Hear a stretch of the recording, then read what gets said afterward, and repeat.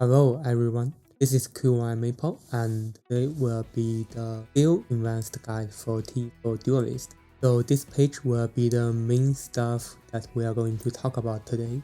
But you might be curious that why there is long-lasting skills and why there is a short OP skills. The short OP skills in here means the skills will be overpowered in this season, but might be not in the next season or future season. The long-lasting skills will be for long term, of course. So if you see a build that is both SSS on the long-lasting skills and the short OP skills, which means it is OP all the time, right? That is why in here I said must invest. So why is must invest? Because this skill can let you ignore the enemy's defense, which is different from the defense break. So I can give you an example in here. For example, the monster has 100 defense, right? 100, and you can use other defense break skills to decrease his like 50% of the defense off.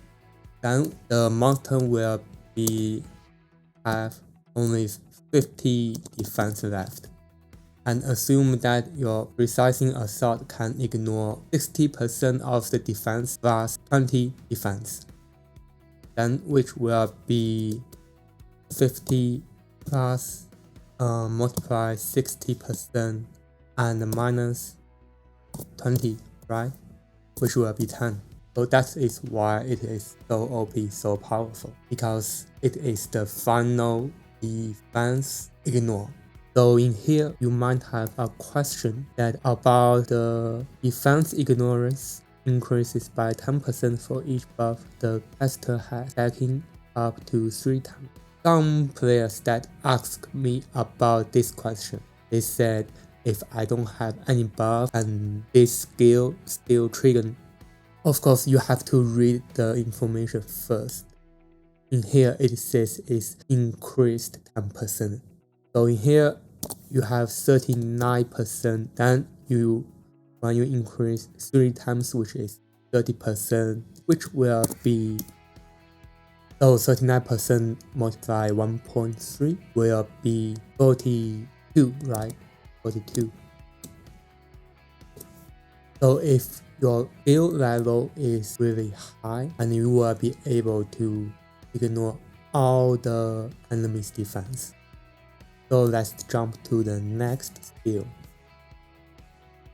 So in here, which is the Flickering blade, which is this one. Of course, you need to invest this one because this skill is the highest solo damage skill. And for the technical adaptation, so this skill will be a little bit interesting, so I can tell you that why it is OP.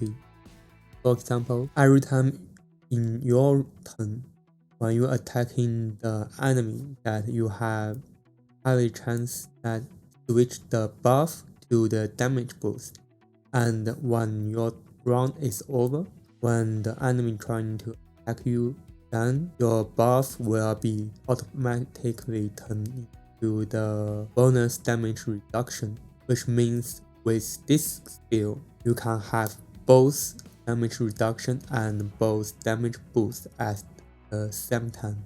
You can trigger every single round. So this is why you need to invest this one. So which one should I invest first? These 3. My recommendation is to invest evenly for the both 3. But in here, since I said it is must invest because it can be a long run skill, right? So it will be more like you invest these 3 skills evenly, but for the precising assault, you have to invest more. Some of the players, I remember they asked me, do I need to invest all the skill cards to the precising assault? So it really depends on their account. For example, if their blade is only Mythic. And you might need to stop your Precise Assault Divine, then you have to go back for the Flickering Blade and upgrade it into Divine also. You might ask what about the other skills, like the Hailfire, like the Flash Fire. So for these two skills, for those skills I don't recommend. Unless you are Divine 6 or Divine 7 stars, this will be kind of different. You might need to upgrade those high stars into Immortal. Or if you are like Mythic 4, Mythic 5 stars, I would adjust you that advanced it into Divine. If some skills that are not in here, which means they are neither not OP and long lasting, right? That's that simple. If you like my video, please give me a like or subscribe in my channel.